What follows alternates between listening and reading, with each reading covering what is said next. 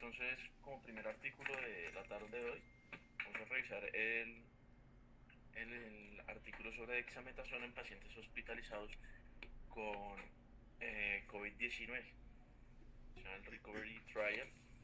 Y de manera de introducción, pues recordar que el virus SARS-CoV-2 es la causa de la enfermedad COVID-19 que inició a finales de 2019, discúlpenme aquí, y la gran mayoría de casos son asintomáticos o con síntomas leves. Sin embargo, hay un porcentaje importante de casos que requieren hospitalización e incluso cuidados avanzados. En Reino Unido se ha descrito una mortalidad del 26% en los pacientes que requieren hospitalización, que incluso puede aumentar hasta un 37% si esos pacientes llegan a requerir ventilación mecánica no invasiva. Hasta el momento no se habían demostrado agentes terapéuticos que reduzcan la mortalidad, y se ha considerado que la respuesta inmune del huésped es clave para la falla multiorgánica. Se ha visto que los pacientes, cuando empiezan a presentar un deterioro más severo, tienen elevados los marcadores inflamatorios, por lo que se llevó a pensar en el uso de glucocorticoides.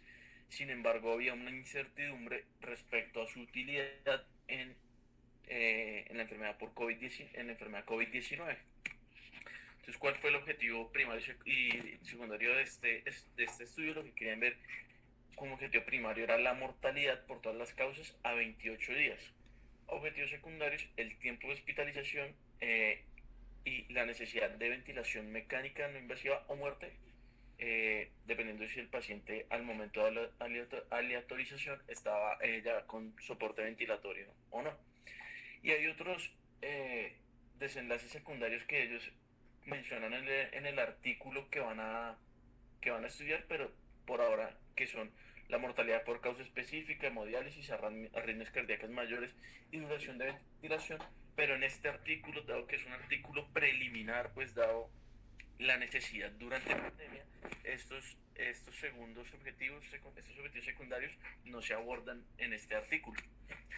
¿Cuáles fueron los criterios de inclusión y exclusión? Con inclusión eran pacientes hospitalizados con sospecha o confirmación de infección por SARS-CoV-2. Eran mayores de 18 años, pero este criterio fue retirado el 9 de mayo del 2020. Desde ese día en adelante se podían reclutar a pacientes menores de 18 años, y siempre se podían incluir mujeres en embarazo o lactancia. Como criterios de exclusión, pacientes que no hayan firmado el consentimiento informado, que no hubiese una disponibilidad de dexametasona al momento de la aleatorización, que el médico tratante considerara que el paciente tuviese una contraindicación absoluta para recibir dexametasona, o que se haya elegido para otro tratamiento. Esto de ser elegido para otro tratamiento lo voy a explicar acá mejor.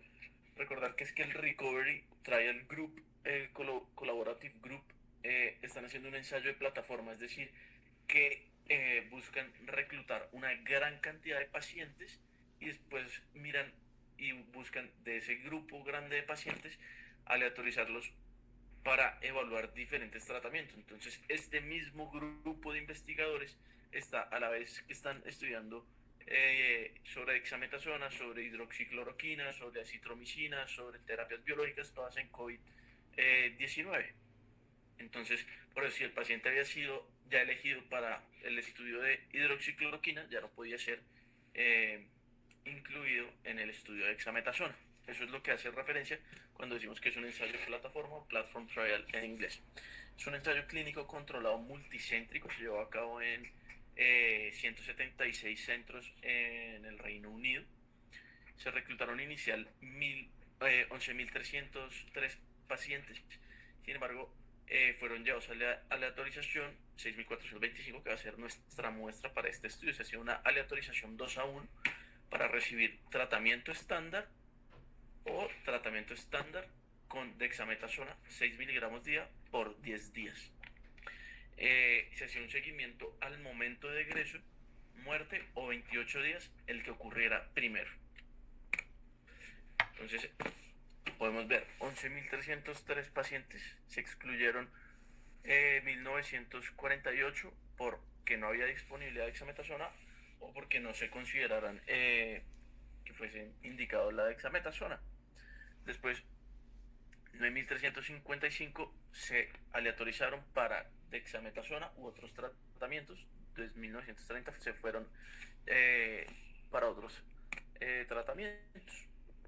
Y ya respecto a los que fueron aleatorizados de dexametasona, 2.104 asignados para recibir dexametasona, de los cuales 1.975 la recibieron, y 4.321 tratamiento usual. Por consentimiento se retiraron 7, teniendo en cuenta ambos brazos. Y a final de cuentas, 2.104 se incluyeron al análisis de 28 días y por el brazo de tratamiento usual 4.321. Antes de empezar a hablar de los resultados, quiero mostrar pues la tabla de las características demográficas. No me voy a detener mucho, pero sí decir que en general hubo una adecuada concordancia, no hubo mucha diferencia entre los dos grupos. Entonces aquí en esta tabla la vi en tanto el grupo del brazo de dexametasona y de tratamiento estándar, y aquí lo dividen por el soporte respiratorio que estuviese recibiendo al momento de la aleatorización, sin oxígeno, solo oxígeno suplementario o ya ventilación mecánica. Y la verdad no hubo grandes diferencias entre los grupos. Y por tener en cuenta aquí que también se incluían pacientes con sospecha de SARS-CoV-2. Entonces había pacientes que podían tener una prueba negativa, pero en espera de otra, otros que también no tenían resultado, pero la gran mayoría ya eran confirmados. Entonces, el desenlace primario, pues que era mortalidad a 28 días, podemos ver aquí en las tablas de Kaplan-Meier, en todos los participantes, que con la dexametasona tuvo una menor mortalidad, que esto lo podemos ver que respecto al grupo ya de ventilación mecánica, porque como les decía, hicieron el análisis de subgrupo dependiendo del soporte respiratorio al momento de la aleatorización, fue mayor al momento del estudio por subgrupos en pacientes con ventilación mecánica, con un con un descenso de 0.64 con un intervalo de confianza significativo. Esto también se vio en el grupo que requerían solamente oxígeno al momento de la aleatorización, y ya en el grupo que no estaba recibiendo oxígeno, incluso pues se dio un intervalo de confianza que no es significativo, pero incluso tiene una tendencia a ver que parece que tuviesen una mayor mortalidad con dexametasona. El estudio dice que ya cuando hablemos de la discusión abordaremos este aspecto. Entonces aquí en la gráfica de popularmente cajas y bigotes, entonces podemos ver cómo hay un beneficio que se puede ver con el uso de dexametasona en los pacientes que requerían, que al momento de la teorización tenían ventilación mecánica u oxígeno suplementario. Sin embargo, no en pacientes que no requiriesen oxígeno. Y en el total del estudio tenemos un intervalo de confianza significativo, dado que no pasa el 1. Esta ya es la tabla respecto al desenlace primario, que ya lo hemos hablado, y respecto a los desenlaces secundarios, podemos ver que realmente no hay una gran significancia, no hay tiempo de estancia, no es menor, y como desenlace secundario es el compuesto de requerimiento de ventilación mecánica o muerte, tampoco hay una diferencia. Sin embargo, cuando se observa solamente de los pacientes que no tenían ventilación y requirieron ventilación, parece que sí hay un descenso significativo con el uso de dexametasona. Respecto a la discusión, entonces, ¿qué podemos ver de los resultados? Que claramente hay una reducción de mortalidad en los pacientes con ventilación mecánica no invasiva y con requerimiento de oxígeno. No se encontró un beneficio en los pacientes sin oxígeno suplementario. Incluso se podía observar, si recuerdan la tabla, la gráfica de Kaplan-Meier, la línea de dexametasona pareciese tener una mortalidad superior que, que el tratamiento usual, por lo que puede haber una tendencia que incluso hace daño al paciente. Sin embargo, pues el estudio no se hizo para evaluar ese aspecto, por lo que no se puede dar como una conclusión clara. Adicionalmente, ellos describen que hay un beneficio claro, sobre todo en los pacientes que ya llevan más de 7 días de síntomas. Entonces, podemos llegar a concluir que el beneficio de los glucocorticoides va a depender de la dosis adecuada en el paciente y momento correcto. ¿Por qué? Porque si estamos tardíos puede que no haga nada y si estamos muy temprano tampoco. Es importante también la dosis adecuada porque en otros estudios se han probado dosis más altas y lo que hacen es que pueden disminuir más bien la respuesta inmune del paciente y así logrando unas depuraciones del virus más lentas. ¿Y por qué es importante esta etapa de 7 días? Porque aquí es donde hay una etapa del predominio del elemento inmunopatológico, de la respuesta inflamatoria, por lo que, por lo que la dexametasona va a tener un beneficio. Como conclusiones, entonces podemos ver que el Recovery Trial demuestra evidencia que el tratamiento con dexametasona a dosis de 6 miligramos por máximo 10 días, no olvidar la duración, reduce la mortalidad de 28 días en los pacientes con COVID-19 que están recibiendo soporte respiratorio, entiéndase como soporte respiratorio desde aporte de oxígeno suplementario hasta ventilación mecánica no invasiva. No hay beneficio en los pacientes que no requieran oxígeno. Y el resto del párrafo lo que nos comenta es que ya se está, que antes de completar este estudio ya se había hablado del uso de glucocorticoides y que ya se está incluyendo en las guías tanto americanas como del Reino Unido.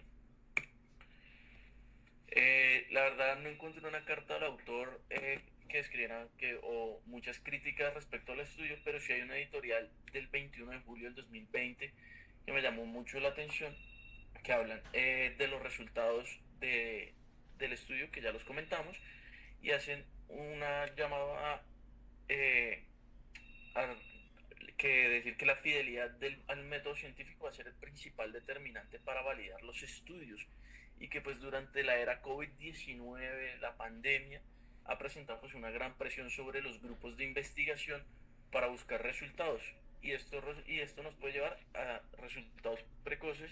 Entonces, los editores del New England dan unas felicitaciones a los investigadores del Recovery Trial porque específicamente en este se puede ver cómo siguieron un método científico claro y unos resultados.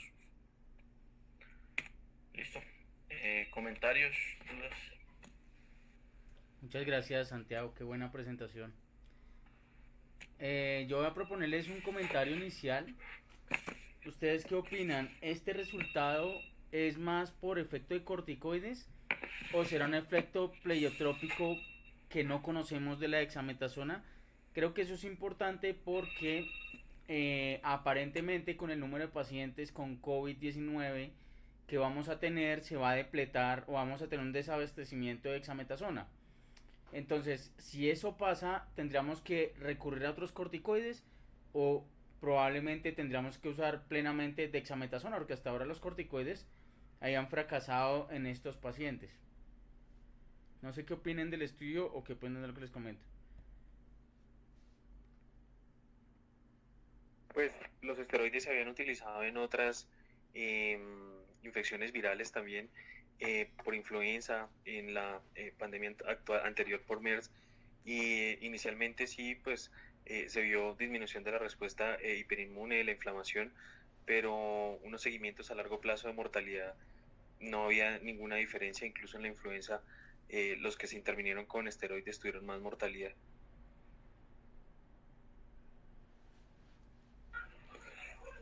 Sí, yo también creo que es complicado porque, de hecho, pues en el contexto de CRA, que es donde más se había estudiado pues, los esteroides, y en todo lo que se ha estudiado en CRA, muy pocos estudios han realmente logrado disminuir mortalidad, incluido pues cicetracurio, la pronación y después el corticoide, y realmente este artículo, este estudio sale de uno que se había publicado a principio de este año, que es el DEXA-ARDS, que también demostró reducción de la mortalidad a diferencia de los otros con corticoides que, como dice Vega, no han sido como muy conclusivos. Entonces, pues sí es difícil pensar que de pronto otro esteroide vaya a tener el mismo efecto.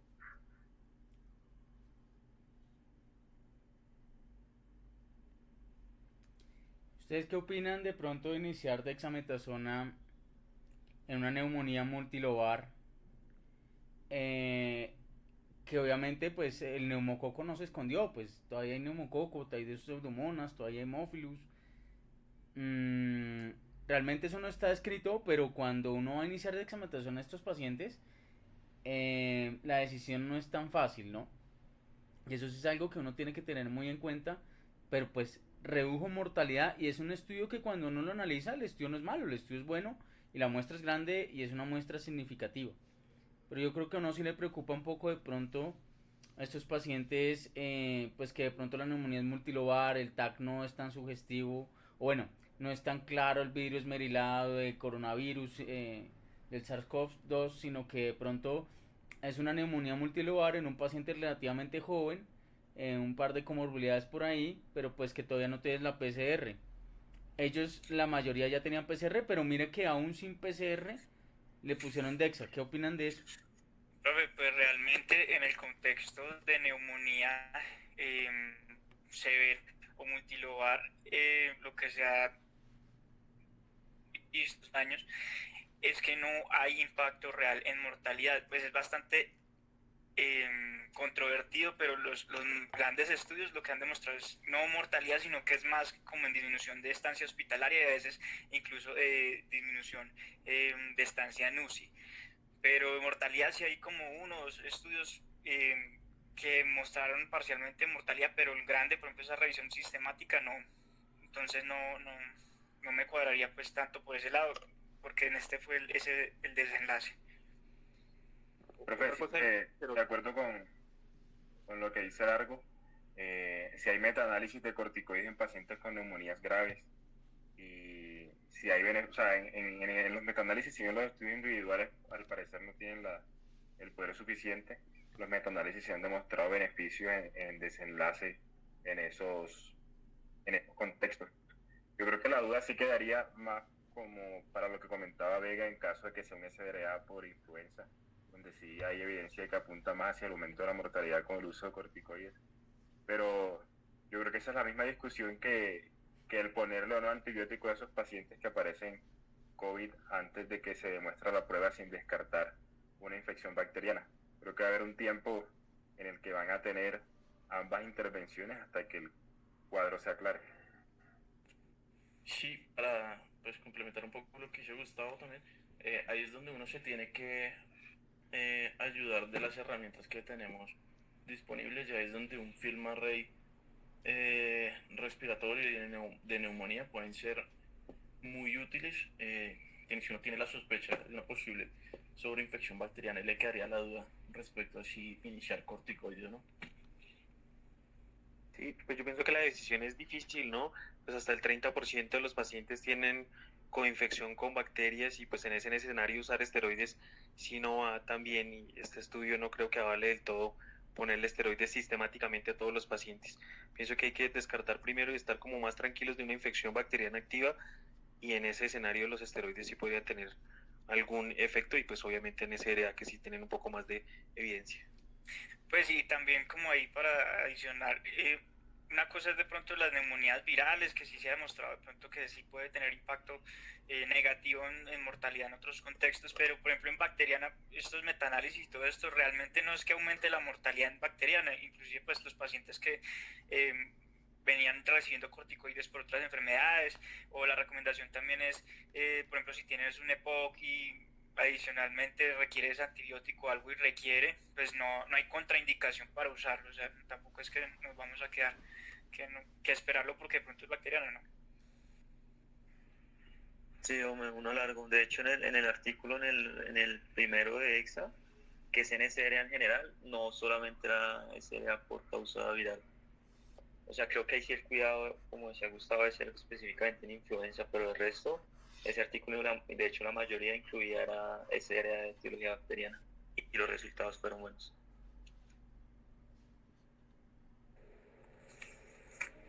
Hola.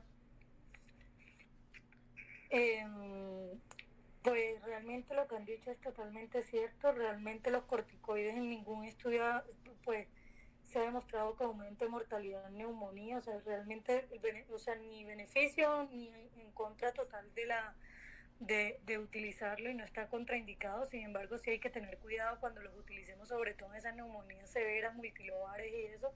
Pero en estos casos creo que Santiago dijo algo muy clave, y pues si nosotros lo tenemos a la mano deberíamos utilizarlo.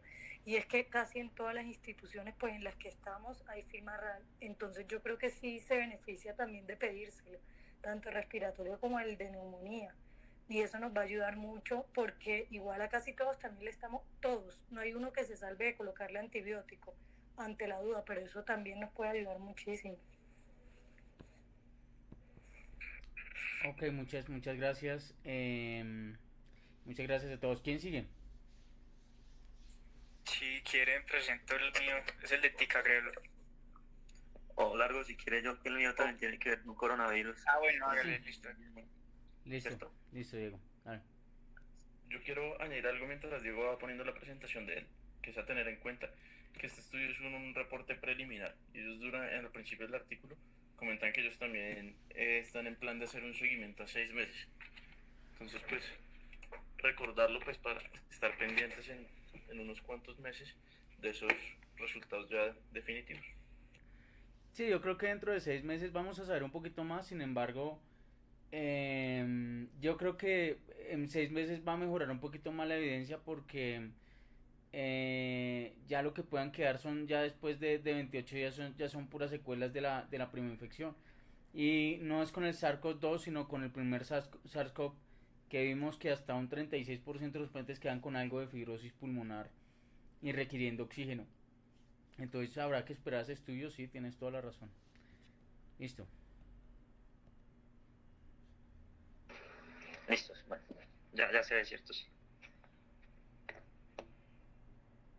Bueno, entonces el artículo es este artículo, digamos, también es un reporte preliminar de específicamente la vacuna ChAdOx nCoV-19, que está desarrollada principalmente con la Universidad de Oxford y AstraZeneca. Son como los dos grandes investigadores en esta vacuna. Entonces, como introducción, el artículo nos hablaba que varias generalidades respecto al coronavirus. Entonces se identificó la agente causante en enero de 2020. El artículo es publicado hace más o menos semana y un poquito final de julio. Entonces los últimos datos que ellos toman son del 19 de julio, en donde ya habían más de 14 millones de personas infectadas en todo el mundo, y hacen una descripción hasta ese momento cuántas vacunas iban como candidatos en estudios preclínicos: 137, ya en ensayos clínicos 23. Sin embargo, solamente 2 pues finalizado fase 2 para iniciar fase 3, que estos son los reportes preliminares de esa fase 2 de este artículo. Ya voy a decir varias cosas pues en detalle respecto al artículo. También en generalidades, tener en cuenta esto, que es un virus ARN monocaternario en sentido positivo, y lo más importante es esto, que la glicoproteína de superficie, en donde la proteína spike o espiga es la que directamente media la unión con el receptor y la fusión de membrana, y realmente la vacuna va dirigida a generar una respuesta inmune contra la proteína spike. Eso es como una primera generalidad que ya les voy a mencionar. Entonces la vacuna recibe este nombre, como ya les mencioné, es un vector de adenovirus de chimpancé que ya venía en estudio previo. Es un adenovirus que es deficiente en replicación, que se llama así ChAdOx1, y que contiene componente génico. Ya les voy a mostrar una imagen que va a expresar la glicoproteína estructural spike del SARS-CoV-2 para generar una respuesta inmune hacia esta específicamente.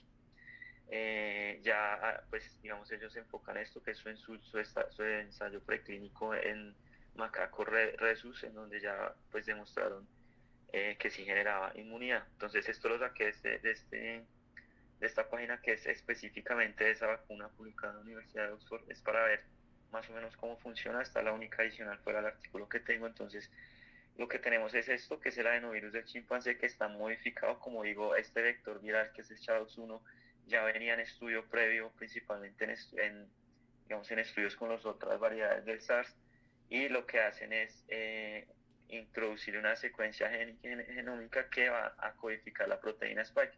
Y esto es lo que va a generar que las células expresen la proteína Spike y se genere o se induzca la producción de anticuerpos. Entonces el objetivo es evaluar la inmunogenicidad, reactogenicidad y seguridad de la vacunación a estas dosis de partículas virales del SARS-CoV-19 en regímenes de dosis única y 2 dosis.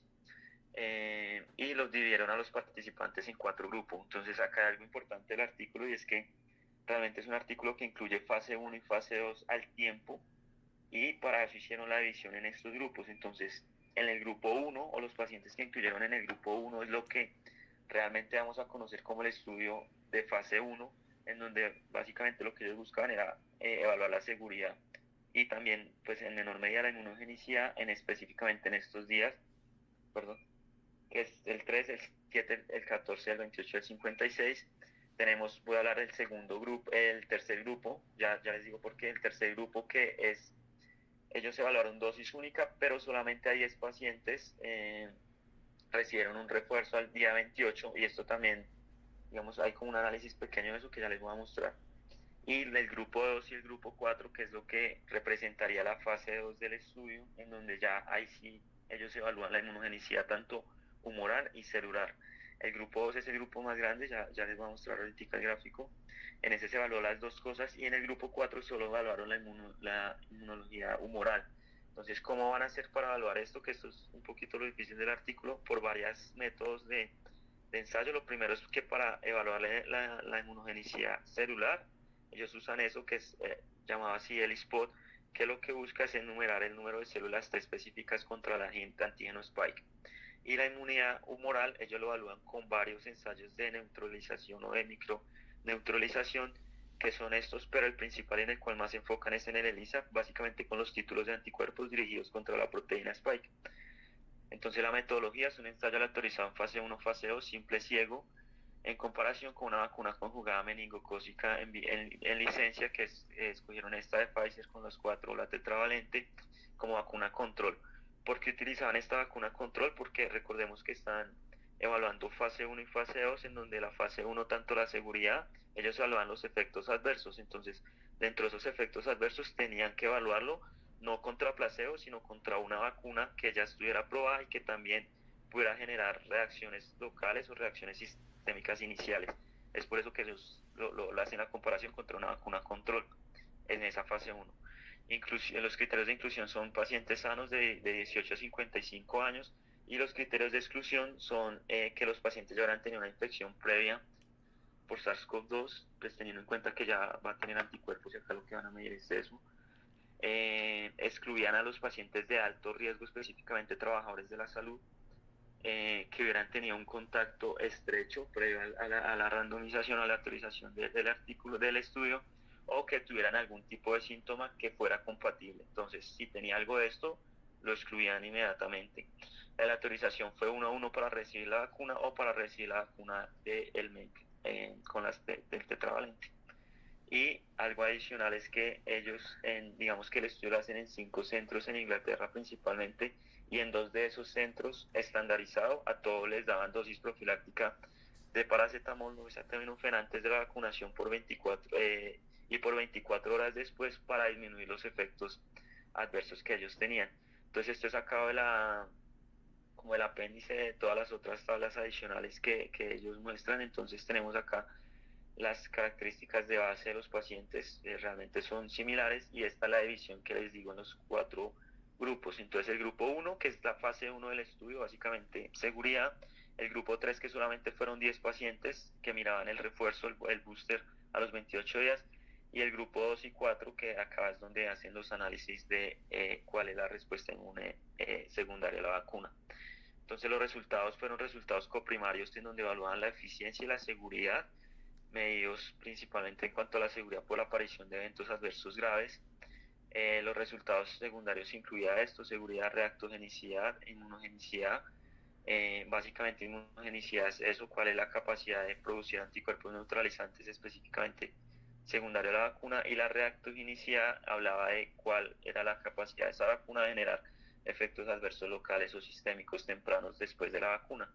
Entonces en total fueron 1077 pacientes y se asignó así como lo vemos en estos grupos, 88 pacientes en el grupo 1, es el grupo pues, más pequeño, 402 en el grupo 2, que donde evalúan inmunidad humoral y celular, y 567 en el grupo 4, que es el más grande, porque lo principal que van a buscar acá es evaluar cuál es la respuesta de anticuerpos y la producción de inmune humoral secundario al virus, a la vacuna, perdón.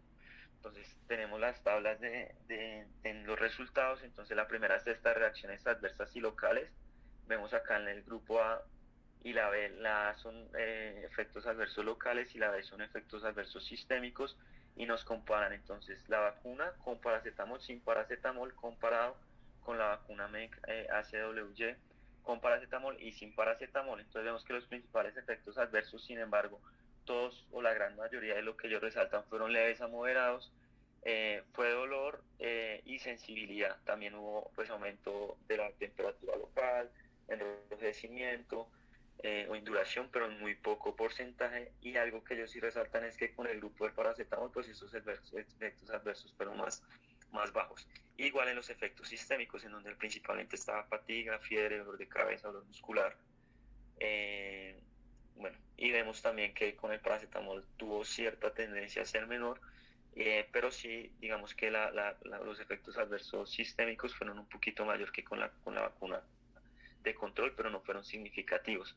Y algo importante es que, digamos que un comentario acá respecto al grupo 3, perdón, que es los 10 pacientes en los cuales se hizo el booster, realmente ellos resaltan que es una muestra pequeña y que ellos no se atreven a decir que sí sea necesario realmente el booster, pero digamos que en estos únicos 10 pacientes lo que sí resaltan es que después de la primera dosis, después de la segunda dosis, la probabilidad o el porcentaje de pacientes que hicieron algún tipo de adversos tanto sistémico como local fue muchísimo menor.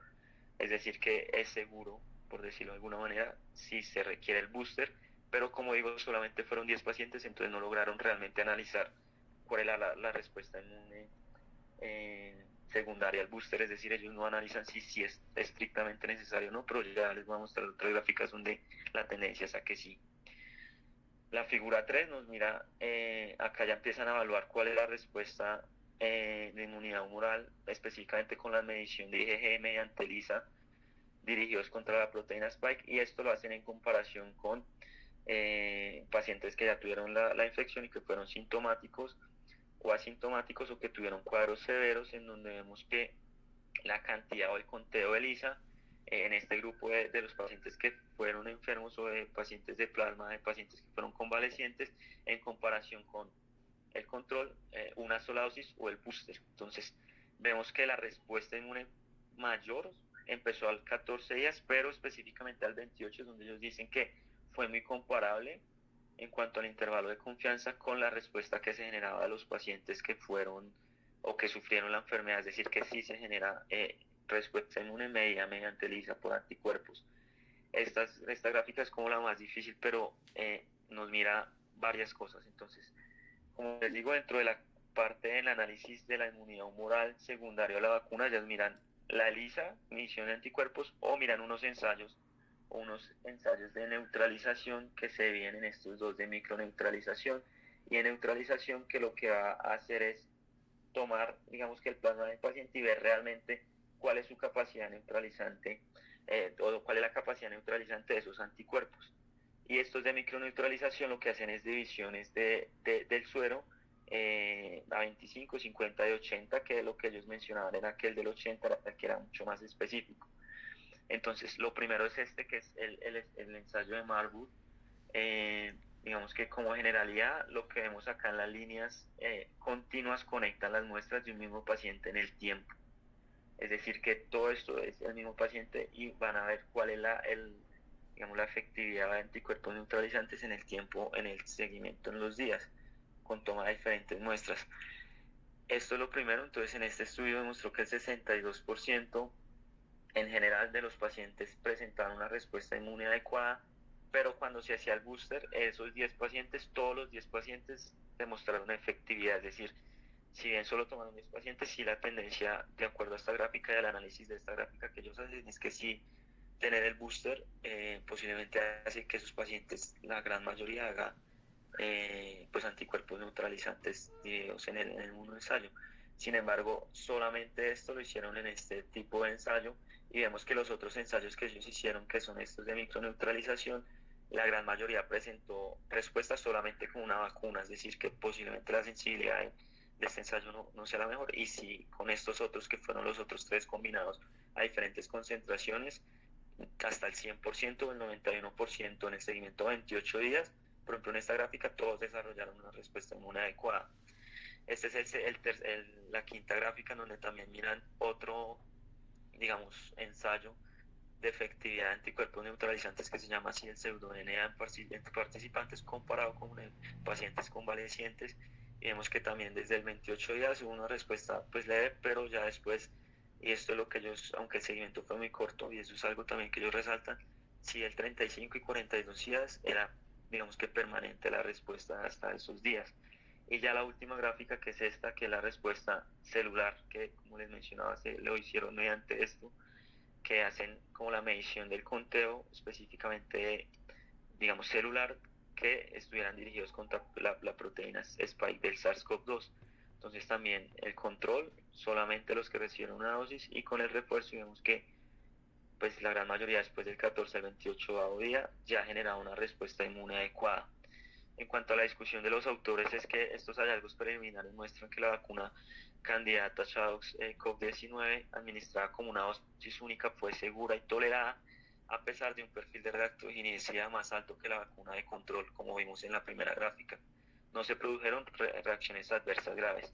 La mayoría de los eventos adversos fueron leves, y se eligió esta dosis, que ellos hablan de que esa dosis la eligen con base a la experiencia previa en donde compensaban una mayor reactogenicidad, que lo vimos en comparación con el control, pero una relación dosis-respuesta de anticuerpos neutralizantes que era adecuada, es decir, posiblemente con menor dosis no iba a generar tanto reactogenicidad, pero la relación en cuanto a la dosis y la respuesta de anticuerpos neutralizantes no era la mejor, por lo cual toman esta dosis y esa es la que posiblemente vaya a continuar.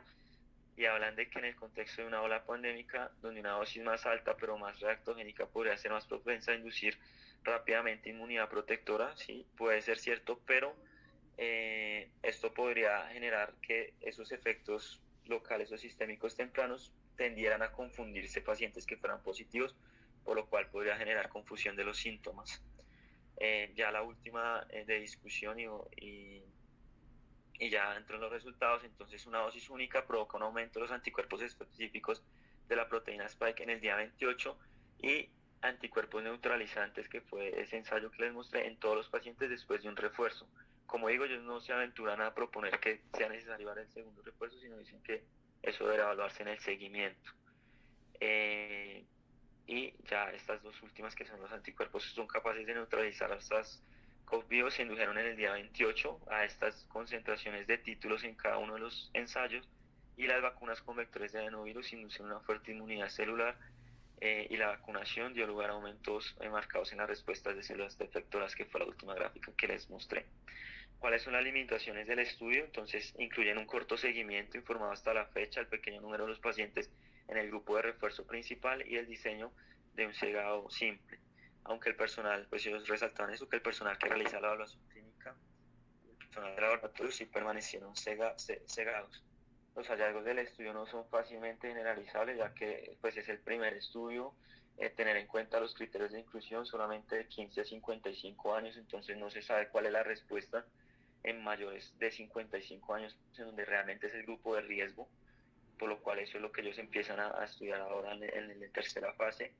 Y los pacientes reclutados se harán seguimiento un año para mirar los otros eventos que se puedan desarrollar. Ya la conclusión general del estudio es que fue seguro, tolerado, inmunogénico, mientras que la reactogenicidad se redujo con el uso de paracetamol. Una dosis única sí provoca respuestas humorales y celulares, pero falta ver el seguimiento, a ver cuánto tiempo se mantiene, por lo cual habría que esperar si se requiere el refuerzo o no. Y los resultados preliminares en este ensayo clínico respaldaron la progresión a un ensayo clínico en fase 2 y 3 que ya está en curso. Entonces, esta es la última presentación. Esto es el curso de eso. Ellos proponen 1.260 pacientes. Desde el 28 de mayo se iniciaron recolección de pacientes, y aquí así se incluyen estos otros grupos de riesgo. Van a ser 7 grupos en donde ya incluyen pacientes mayores a 55 años, mayores a 70 años y niños, para ver cuál es la respuesta en eso, aunque posiblemente esos mayores a 55 años son los de mayor riesgo. Sin embargo, resalto esto, que el resultado primario yo lo esperan hasta agosto del 2021, entonces no sé qué tanto vayan a adelantar de acuerdo a la recolección de pacientes que tengan. Y listo. ¿Algún comentario? Muchas gracias, Diego. Este era el artículo que me parece que era el más complejo de revisar, y Diego lo ha revisado muy bien, y realmente felicidades, Diego, porque el artículo es complejo. Gracias. Pero, Hazlo. pero yo creo que sí queda abierta la discusión. Pues yo soy de esos que dice que lo mejor que puede pasar ahorita es una vacuna, porque mira que las infecciones que se han podido erradicar, por ejemplo, viruela, fue con una vacuna, ¿sí? En cambio, las infecciones que requieren, por ejemplo, tratamiento antibiótico, las puedes curar pero no prevenir, y en esto sí es clave la prevención. Pero entonces, obviamente es de aplaudir estos trabajos, pero pues falta el estudio fase 3, que a veces hay cosas que en la fase 1 y 2 les va supremamente bien.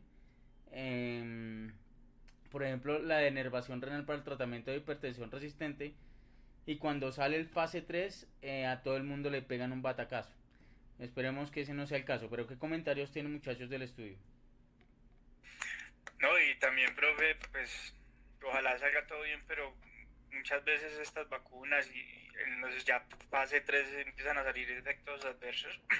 Por ejemplo, esa vez que empezaron a salir Guillain-Barré asociado a influenza, entre otros. Sería esperar.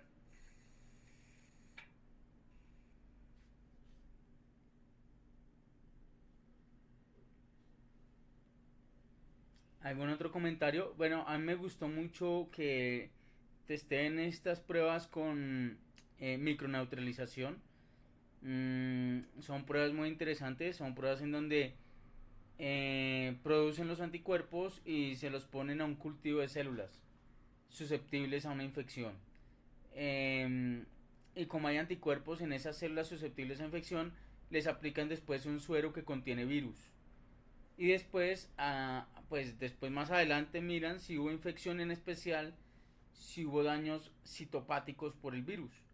De alguna forma es una medida indirecta de saber si los anticuerpos permitieron o no que el virus ocasionara daño celular. Entonces les fue muy bien.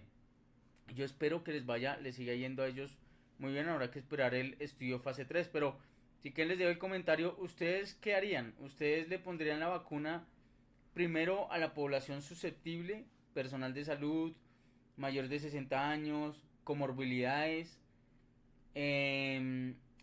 ¿Seleccionarían países de mayor riesgo?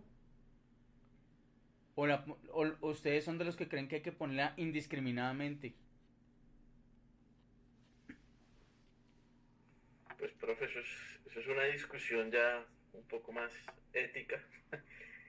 y, y pues yo sí creo que en verdad sí es importante, por ejemplo, dar una prioridad a poblaciones de alto riesgo, sobre todo, pues no es porque nosotros lo seamos, pero sí se debería dar entre las poblaciones iniciales a personal de salud, precisamente pues por los altos volúmenes de pacientes que se hay, y hemos visto como cada vez toca atender la mayor cantidad de pacientes con menos personal. Sí, yo también estoy de acuerdo, además que, digamos, siempre uno mira los resultados es en cuanto a mortalidad, entonces uno debería, digamos que apuntar a las personas de mayor riesgo, que es lo que realmente va a poder disminuir los desenlaces en cuanto a mortalidad. Y sí.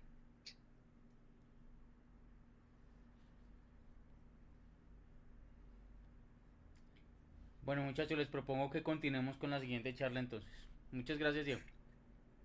Listo. Entonces pongo la del...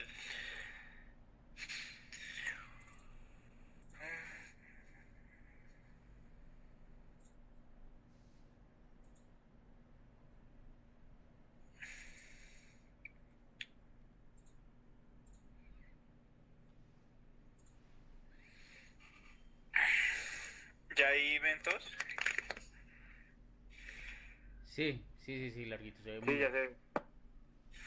Bueno, entonces este es el estudio Tales publicado en el New England en julio de este año. Em, lo que trataron de hacer en este artículo fue tener el contexto de que ya hoy en día se ha demostrado que, por ejemplo, la aspirina y de manera más reciente el ASA más clopidogrel tienen evidencia en reducción de episodios de ACV de manera secundaria. Entonces lo que querían estudiar era el uso de ticagrelor más ASA para ver los posibles desenlaces que podríamos tener. Recordar que entonces ya un paciente que tenga un ACV isquémico, un ataque transitorio isquémico, tienen ya un riesgo de per se 5 a 10% de desarrollar un nuevo evento hasta los 4 meses, entre el 1 al cuarto mes. Como problemas que le han visto de pronto al Clupi es que pues, hay que tener en cuenta que tiene un importante papel en la metabolización hepática, entonces lo que apoyaban de manera en la hipótesis es que el ticagrelor no depende de esta activación metabólica y que también se ha demostrado que ya tiene un papel importante en la inhibición de la P2Y12 también.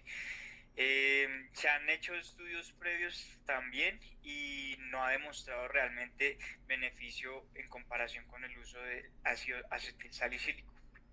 En cuanto al diseño y el método, fue un estudio multicéntrico, aleatorizado, doble ciego, placebo control, se aleatorizó en una proporción 1 a 1, 414 sitios, 28 países, 11.016 pacientes ya al final del tamizaje y la exclusión. Fue patrocinado por AstraZeneca y tener en cuenta que los pacientes que incluyeron fue los que presentaban ACV no cardioembólico leve a moderado.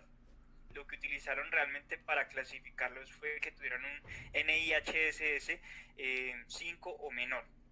Más de esto realmente no era parte del estudio, o que hubieran presentado un AIT.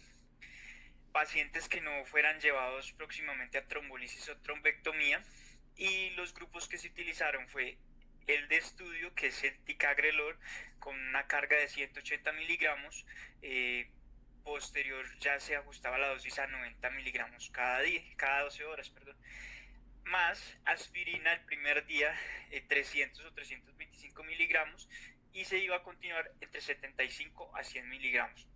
Este grupo incluyó 5.523 pacientes versus el control, que era ASA más placebo, 5.493.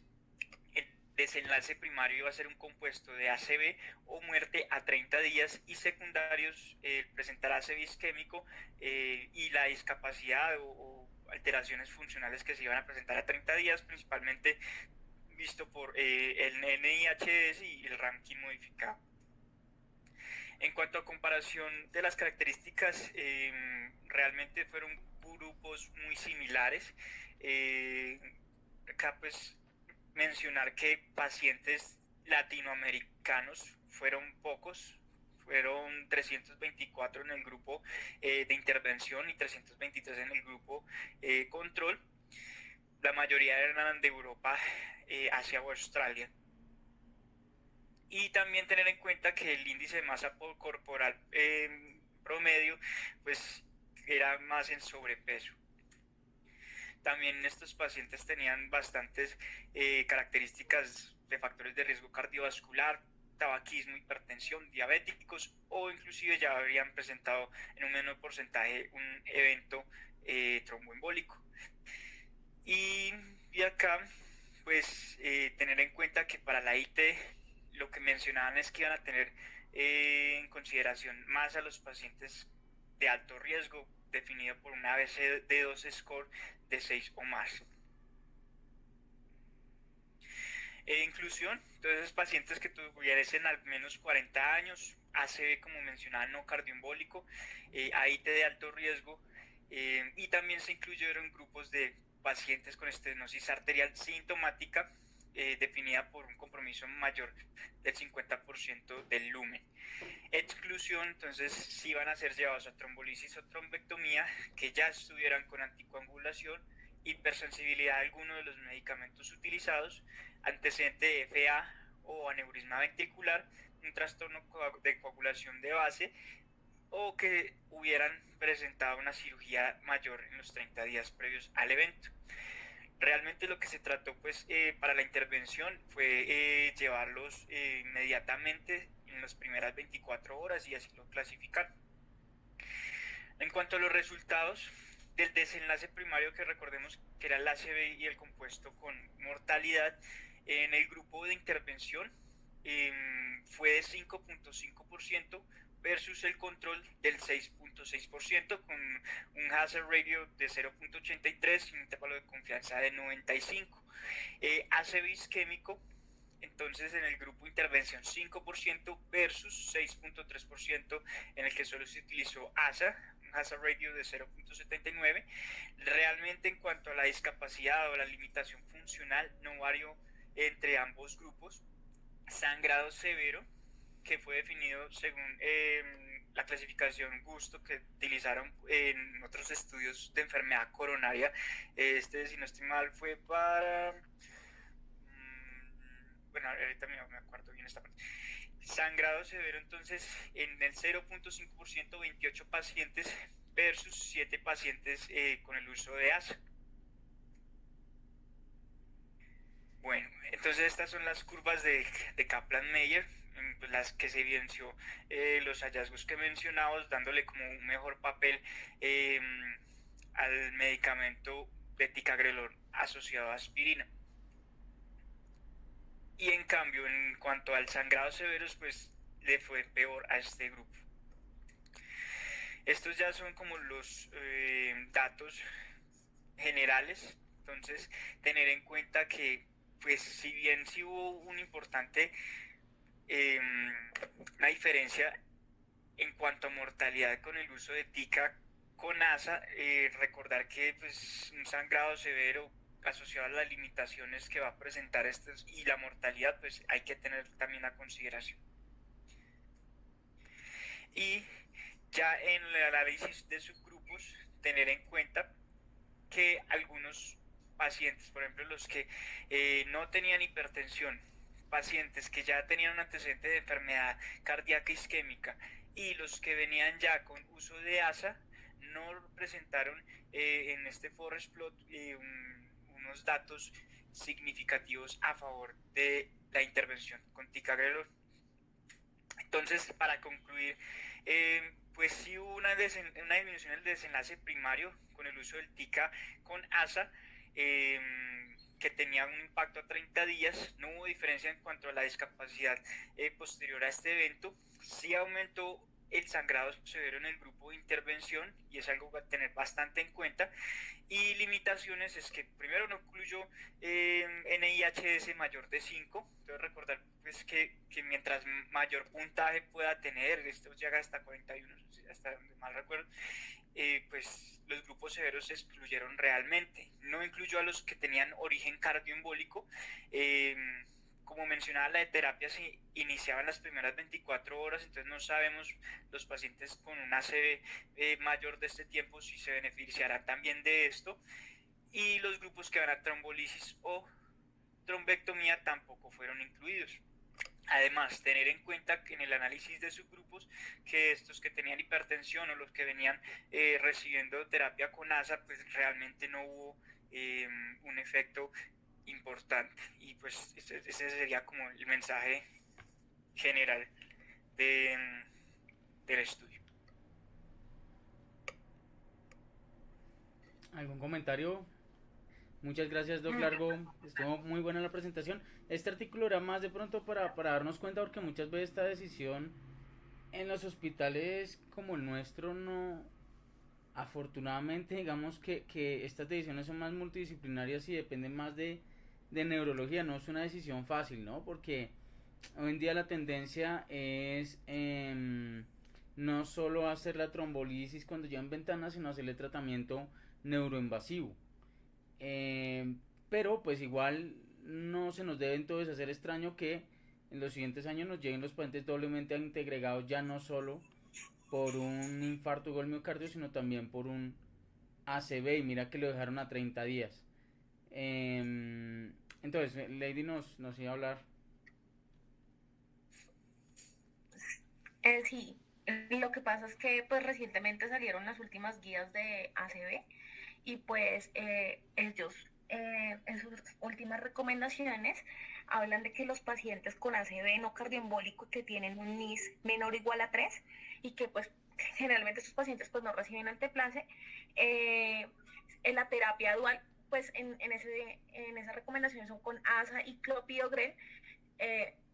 El inicio debe hacerse dentro de las primeras 24 horas, pero yo recomiendo que la duración del mismo no sea por más de 21 días, porque con solo dar 21 días aparentemente es efectivo en reducir la recurrencia de la ACV a 90 días, más de septiembre sangrado.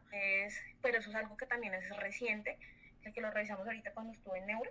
Pues que también me parece importante porque pues es una población también que tiene un NIS bajito como el que nos habló ahorita Jorge.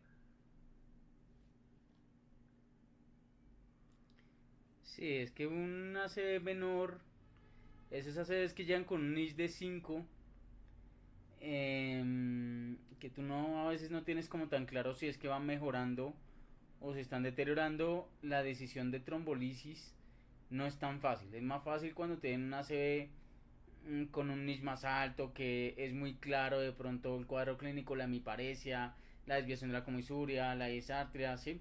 Es un poco más fácil hacer la trombolisis cuando llegan en ventana e ir alistando y avisándole al equipo de radiología para que le hagan una imagen neurovascular. Pero en estos pacientes con ACVs menores o peor aún con ITs, la decisión sí es mucho más difícil, más compleja. Y mira que muchas veces neurología le pide los estudios en el servicio de urgencias para IT. Finalmente no le encuentran nada y consideran que el manejo, muchas veces consideran que debe ser por medicina interna cuando encuentran algún hallazgo en el ecocardiograma que les llama la atención. Entonces, aunque esta decisión probablemente no va a recaer sobre nosotros, es importante de pronto estar al lado de neurología cuando ellos decidan iniciar la terapia antiagregante dual, o cuando nos llegue un paciente por alguna otra razón después de esas hospitalizaciones con antiagregación dual, saber de dónde salió esa recomendación de doble antiagregación en un IT o un ACV menor. Obviamente siempre que uno ve estudios de doble antiagregación, siempre es invariable que uno va a encontrar que tienen mayor riesgo de sangrado. Pero lo que uno tiene que mirar es si esos sangrados se acompañan de mayor mortalidad o si también son sangrados mayores.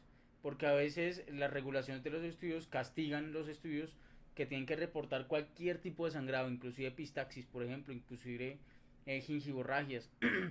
Entonces a veces eso hace que se inflen los resultados de sangrado, pero si no son sangrados, son mortales o mayores, yo creo que sí vale la pena reducir a expensas de esos sangrados menores, reducir cosas tan graves como son un ACV, porque los ACVs, aunque ahí no había diferencias de mortalidad, fueron estudios a corto plazo, pero los ACV son la cuarta o quinta causa de muerte, no sé ahorita cómo van, pero son la cuarta o quinta causa de muerte en el mundo, y son de las principales causas cardiovasculares de muerte y peor aún de discapacidad, como lo mencionó muy bien el doctor Largo.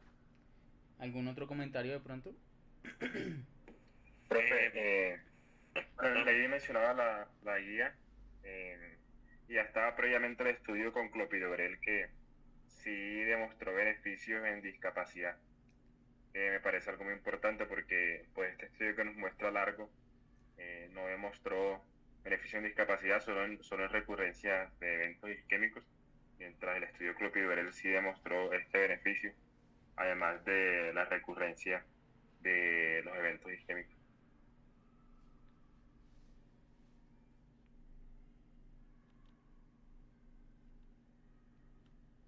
Ok, continuamos con el siguiente estudio, muchas gracias. Listo, ya lo coloco.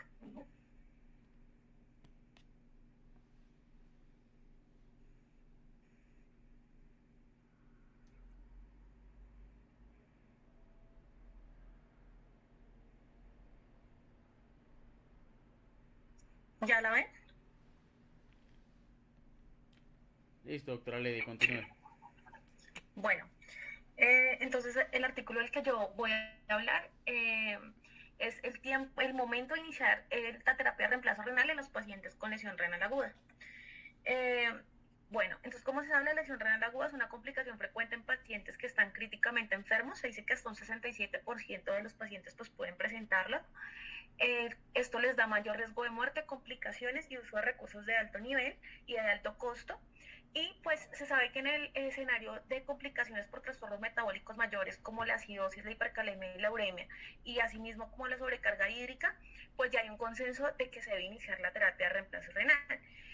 Lo difícil está en definir el momento apropiado para iniciar esta terapia en los pacientes que todavía no presentan estas complicaciones mayores. Entonces, esa es como la incertidumbre que hay. El objetivo primario del estudio es determinar, esto fue principalmente basado en mortalidad 90 días, si la estrategia acelerada de reemplazo renal va a resultar en un menor riesgo de muerte por cualquier causa a los 90 días respecto a la estrategia estándar. Y los secundarios, este estudio tiene muchísimos objetivos secundarios como los pueden ver, entonces, pero el principal de estos va a ser la dependencia terapia de reemplazo renal a los 90 días entre los supervivientes. Hay uno que es compuesto entre muerte y dependencia y también se evalúa la tasa de filtración glomerular estimada después de los 90 días, pues con la que quedan los pacientes. Se evaluó también la albuminuria, eventos renales mayores que también incluían la muerte, la dependencia y la reducción sostenida de la función renal, que se definía como una disminución de la tasa de filtración glomerular por debajo de los 75% respecto al que tenía de base como punto de corte a los 90 días. La liberación, como son pacientes que están en UCI, pues la liberación de la ventilación mecánica a los 28 días de vasoactivos y los días libres de UCI al día 28. También los días libres de hospitalización al día 90, mortalidad en UCI e intrahospitalaria al día 28 y lo que vemos ahí que es Eucoloid, es al día 90, es una escala de calidad de vida que se evalúa al día 90 en los supervivientes. Asimismo, el estado vital y dependencia de terapia de reemplazo renal al año en estos supervivientes. Entonces, las estrategias, el grupo control, que va a ser el estándar, que es lo que nosotros pues generalmente se hace en estos pacientes, es que se hace un tratamiento conservador y que el inicio iba a depender de los niveles de potasio que estuvieran por encima de 6 milimoles, si el pH estaba por debajo de 7.2 o teníamos un bicarbonato por debajo de 12, una falla respiratoria con una PaO2, bueno, menor o igual a 200 o una percepción clínica sobre carga de volumen y una lesión renal aguda persistente que se definía como que iba a aumentar más del 50% el valor de creatinina respecto al con el que se había hecho la aleatorización a las 72 horas. Y el grupo experimental, que es pues donde se hizo la intervención, es que en estos pacientes que estaban dentro de los elegibles se colocaba un catéter y se iniciaba la terapia de reemplazo renal dentro de las 12 horas en que se eligió. Entonces, la metodología, este fue un estudio grande, se tuvieron en cuenta 15 países de todos los continentes, estuvieron involucrados 168 hospitales. Es un ensayo clínico prospectivo aleatorizado, es abierto, pues claramente cada paciente sabía cuál iba a ser la conducta que se le iba a hacer, multicéntrico controlado, y a lo largo del estudio se hicieron análisis internos para evaluar los resultados primarios cuando se completó el 25, el 50 y 75% del total de los pacientes que era la meta de ser reclutados. La aleatorización de los grupos se hizo 1 a 1 y el total de los pacientes fue 2.927 y a ellos se les hizo seguimiento por 90 días. Y también algunos se les alcanzó a hacer seguimiento pues hasta el año. El estudio se hizo entre octubre de 2015 y septiembre de 2019 y se dice que pues por la muestra que tenía un poder del 90% para detectar diferencias relativas entre los grupos de un 15% y una diferencia absoluta del 6%. Entonces, los criterios de inclusión eran que todos los pacientes tenían que ser mayor de edad, tenían que tener un ingreso a UCI y tenían que tener una disfunción renal. Como podemos ver ahí, pues la creatinina era mayor o igual a 1.3 en mujeres y mayor o igual a 1.47 en hombres, y no debía haber aumentado, o sea, no tenía que tener una diferencia con respecto a una previa mayor a 0.3. Asimismo, la lesión renal aguda se iba a identificar con al menos 1 de 3, que pues realmente no los va a nombrar, pero son basados en los criterios de CAI. En los criterios de exclusión teníamos 8, que son estos que estoy, pues por horas del tiempo no los voy a especificar claramente, o sea, totalmente, pero pues se tenían en cuenta los criterios metabólicos. Hay que tener en cuenta si un paciente pues tenía una sobredosis por un medicamento que fuera dializable y tocaba hacerle terapia, pues no se podía porque pues ese era el tratamiento.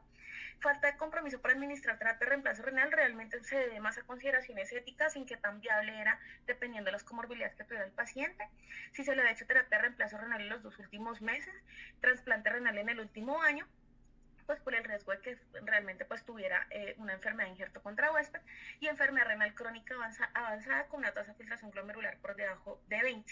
Asimismo, la presencia o fuerte sospecha de obstrucción renal, glomerulonefritis rápidamente progresiva, vasculitis, microangiopatía trombótica o nefritis intersticial aguda, pues que muchas van a requerir intercambio de plasma.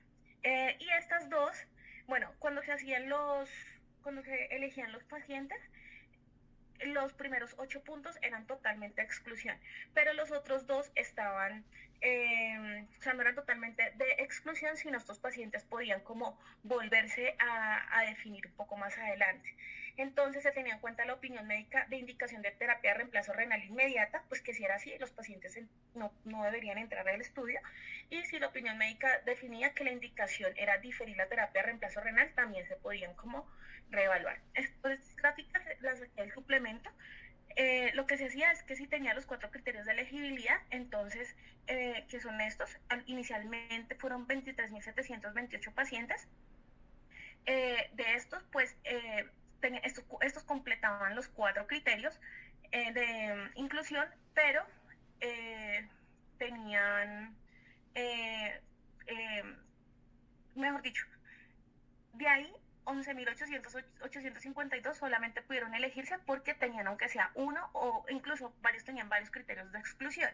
Después de aquí, lo que tocaba definir era por medio de los médicos, que eran los que iban a tratar, si estos requerían de inmediatamente iniciar la terapia o se podían diferir. Si era así, estos también se excluían. De acá fueron finalmente elegidos 3.019 pacientes y pues finalmente se dividieron uno a uno en diferentes grupos.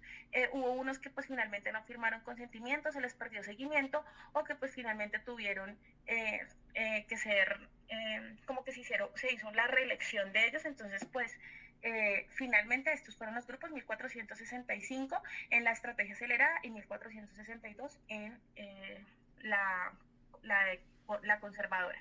Los grupos, esto pues solamente traje la tabla de que fueron grupos pues bastante homogéneos y entre las cosas que tenían de importancia era que generalmente entonces, en la estrategia acelerada, el promedio de horas en las que se demoraban en iniciar la terapia fue 6.1, mientras que en la estrategia estándar fue 31.1 horas. Generalmente, cuando ya se decidía elegir, era porque tenía uno o más criterios pues, para iniciar ya la terapia de reemplazo renal, y generalmente cuando era aislada, la principal era que los pacientes tenían una percepción de que era sobrecarga de volumen y que había una hipoxemia. Para eso, pues en cuanto a la parte de la metodología. Ya para hablar de los resultados, entonces lo que se vio fue que los 2 grupos tuvieron una mortalidad muy similar, o sea, realmente no hubo una diferencia significativa. En el grupo acelerado hubo una mortalidad del 43.9% y en la estrategia estándar del 43.7%. Sin embargo, sí hubo una importancia significativa en contra de la estrategia acelerada, y es que los pacientes supervivientes después de los 90 días tenían más dependencia de terapia de reemplazo renal. Entonces, ese pues fue un punto en contra respecto al grupo experimental. Aparentemente, pues sí, habían menores días que el paciente requería, después de la terapia, estar libres de terapia de reemplazo renal, y la supervivencia pues fue igual en los pacientes en UCI o incluso que no están hospitalizados. Sin embargo, se vio que los pacientes que iban a estrategia temprana de reemplazo renal pues aparentemente tenían más tasas de rehospitalización. Sin embargo, pues ya en las otras en los otros resultados secundarios, objetivos secundarios que se estaban buscando, pues realmente no hubo ninguna diferencia. En cuanto a las causas de muerte, en ambos grupos, realmente las principales fueron cardiovasculares y estas se dieron a choque séptico o a otras, pero prefirieron cardiovascular. Asimismo, la segunda causa fueron con compromiso respiratorio, donde pues el SRA también pues fue muy importante. Esta es la curva de Kaplan-Meier, donde se vio que la supervivencia pues realmente no tiene ninguna diferencia respecto a los dos grupos, y en el análisis por subgrupos que realmente se hizo como tal solamente para evaluar el objetivo primario, pues como podemos ver, la terapia estándar pues como tal no es que fuera mejor, sin embargo pues no hay, o sea, realmente no hay nada que indique que sea mejor hacer un inicio temprano de la terapia de reemplazo renal en estos pacientes. En cuanto a los efectos adversos, los eventos adversos también se estudiaron. Entonces, los eventos adversos como tal solían ser más frecuentes en el grupo de estrategia acelerada. Pues los autores posteriormente especifican que probablemente sea porque como era una nueva estrategia, podrían estar incluso las personas más pendientes de los efectos adversos, entonces como que puede ser algo subjetivo. Los principales eventos adversos fueron la hipotensión y fueron la disminución de los niveles de fosfato en sangre. Entonces, la discusión de los autores como tal es que entre las ventajas que, o sea, bueno, como el diseño del estudio y la confianza que puede dar este estudio es que acá había un equipo médico que llevaba la elegibilidad. O sea, esto es un punto a favor, es un punto en contra, porque pues también hace que haya sea algo subjetivo elegir si un paciente sí debe ser dializado inmediatamente o se puede diferir. Lo otro es que el inicio de la terapia de reemplazo renal no se definió por intervalos de tiempo o umbrales. Esto que tiene importancia, la mayoría de los pacientes que se llevaron a terapia conservadora se dializaron antes de las 36 horas de estar ahí, pero entonces, pues como unos se dializaron a las 72, otro a las 36, o sea, no hay como un intervalo específico, pues eso también hace que tal vez en unos haya sido muy temprano, en otros haya sido muy tardío. La prescripción de terapia de reemplazo renal refleja las prácticas actuales, es decir, que ellos se apoyaron en las guías, eso sí fue totalmente estandarizado. O sea, eso sí no fue como a criterio como de cualquier nefrólogo, sino habían unas guías según el protocolo que se evaluó. Un porcentaje sustancial de pacientes en el brazo control no recibió terapia de reemplazo renal, o sea, de los 1.400 que estaban, solamente 960 como tal fueron llevados a terapia de reemplazo renal, y el mayor porcentaje sobrevivientes en el grupo experimental fue dependiente de terapia de reemplazo renal a los 90 días y tuvo efectos adversos. Entonces, pues lo que les decía previamente, lo de los eventos adversos, ellos como que se escudan en que pues probablemente el otro grupo pudo haber estado, o sea, no se diagnosticaron pues completamente porque tal vez se tuvieron en cuenta las otras alteraciones que tenía el paciente en el momento. También que el hecho de que se presenten estas complicaciones o que haya mayor dependencia de terapia de reemplazo renal, depende de la enfermedad renal crónica de base, y pues realmente sí en el grupo experimental habían más pacientes que tienen enfermedad renal crónica, pero pues tampoco era un valor significativo, pues por eso realmente no lo resalté. En cuanto a la discusión también de los autores, ellos hablan que las fortalezas es el tamaño de la muestra, pues una muestra grande que es de diferentes países, lo cual hace que pues estén evaluando diferentes características, entonces pues hace que se pueda generalizar las conclusiones del estudio. Y los pacientes en quienes también es importante saber que los pacientes que se eligieron pues no eran fáciles. El inicio de la terapia de reemplazo renal pues realmente era incierta y era muy difícil de definir en los pacientes que eran del brazo experimental. Y las debilidades, entonces pues como ustedes se pueden dar cuenta, ellos miraban si parecían estar sobrecargados, entonces pues era algo sujeto a la percepción, eso pues le da subjetividad al estudio. variación en el tiempo de inicio de la terapia de reemplazo renal en el grupo control, también lo que les dije previamente, y el enfoque preespecificado de eventos adversos en el grupo experimental, que hacía que tal vez se reportaran más. Entonces la conclusión, pues realmente es una conclusión, es que en los pacientes críticamente enfermos con lesión renal aguda, una estrategia acelerada para el inicio de la terapia de reemplazo renal no resultó en una menor mortalidad a los 90 días respecto a la estrategia estándar. Y ya. Eso es todo. Solamente en cuanto a la parte de las cartas a los, no, pues no hubo como tal carta a los autores, solamente hay una corrección y que es un paciente que se había puesto que había sobrevivido y pues realmente murió al día 83, pero que eso como tal pues no cambia como la conclusión del estudio. Y ya. ¿Qué comentarios de pronto tienen, muchachos? Yo sí quisiera de pronto abrirles un poquito la duda de... miren que este estudio yo creo que a uno le muestra mucho de que la nefrología es muy bonita, ¿no? Y no es solo una ciencia, sino es un arte. Ojalá, como el estudio al principio intentaba demostrarlo, a partir de un valor de creatinina, uno arrancarle a todos diálisis era mejor que esperar a que entre comillas se complicara e hiciera criterios de urgencia dialítica.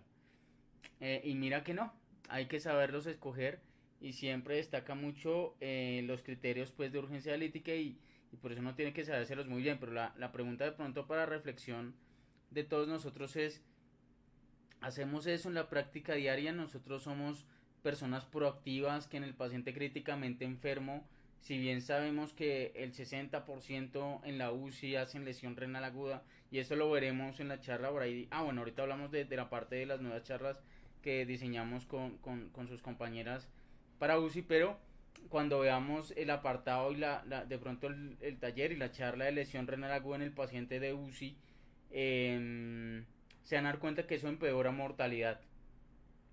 Pero miren que si le inician diálisis para intentar recuperar ese riñón, entre comillas, aún así eso no modifica mortalidad, es un marcador de severidad de la enfermedad.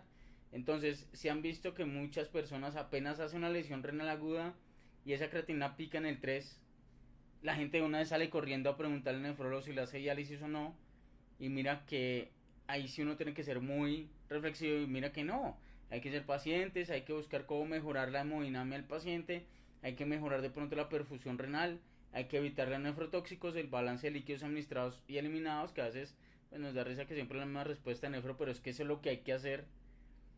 Y comenzar a buscar activamente los criterios de urgencia dialítica y no salir corriendo desesperadamente a buscar a ver qué nos dice el nefrólogo. Eso sí es como de autorreflexión, pero me gustaría saber qué opinan, qué comentarios tienen del artículo. Profe, a mí me llamaron la atención tres cosas. La primera es el umbral bajo que utilizan para la indicación de la diálisis, ¿no? Este estudio habla de un CADIGO desde 2 hacia adelante, mientras previamente ya se había hecho el estudio Akiki, que utilizaba CADIGO desde 3. Entonces, digamos que ahí bajaron un poco el umbral y previamente en un CADIGO 3 no se había mostrado beneficio, en que ese estudio tenía una muestra mucho menor. Lo otro es la cantidad de pacientes que quedaron dependientes de terapia de reemplazo renal por, creo que el punto de corte que decían era 90 días en los pacientes que se hacía la intervención temprana comparado con los que no. Los pacientes que se hacían la intervención temprana quedaban más dependientes de diálisis que los que no. Y en el estudio de Kiki, como un dato adicional, de los pacientes que se les daba la intervención tardía de diálisis, de todos esos pacientes el 49% nunca requirió diálisis. En cambio, si se hubiera puesto en el grupo de la intervención, se le hubiera puesto la terapia dialítica cuando no lo iban a necesitar. No, de acuerdo, mira, ponerle una diálisis a alguien no es inocuo. Y si tú le puedes rebajar el 50% de diálisis, pues le quitas todo el riesgo de ponerle un catéter. Y que nosotros que hemos estado ahí al frente en medicina interna, en nefro, nos damos cuenta que inclusive en manos de expertos, un catéter puede perforar aurículas, puede perforar vasos grandes y puede sencillamente lesionar hacer alguna lesión arterial. Y además de que cuando uno le dan para una hemodiálisis a un paciente, tiene que tener en cuenta que lo somete a un alto flujo y eso no es inofensivo. Esos pacientes se ponen hipotensos, Esos pacientes obviamente sufren todo la injuria metabólica que conlleva una hemodiálisis, entonces no es algo inocuo y si se los podemos evitar, mucho mejor. Diego creo que iba a decir algo. Sí, no agregar ahí a lo que estaba diciendo Gustavo, que además en ese estudio que es de la KICI, que es en el 2016, no solamente la mitad, que fue sí, 49-50%, nunca requirió diálisis, así al principio pues cumplía el código 3, sino que además ese grupo en comparación con el otro recuperó más rápido la función renal, es decir, aumentó, digamos, inició con diuresis, digamos, dentro de los criterios que ellos definían que pues el código 3, la recuperación fue mucho más temprana, casi una media de 5 días antes que los otros, y ya sumando a este nuevo estudio en donde adicional a que no recuperaron la mayoría con requerimientos de terapia de reemplazo renal, pues definitivamente creo que no. En ese estudio en el Akiki lo único que hacía indicación era cuando cumplía estrictamente criterio de urgencia dialítica y lo cual lo sacaban del grupo control y lo llevaban a diálisis, pero la mitad no lo requirió y los que no lo requirieron recuperaron más rápidamente que los que se les hizo una diálisis temprana.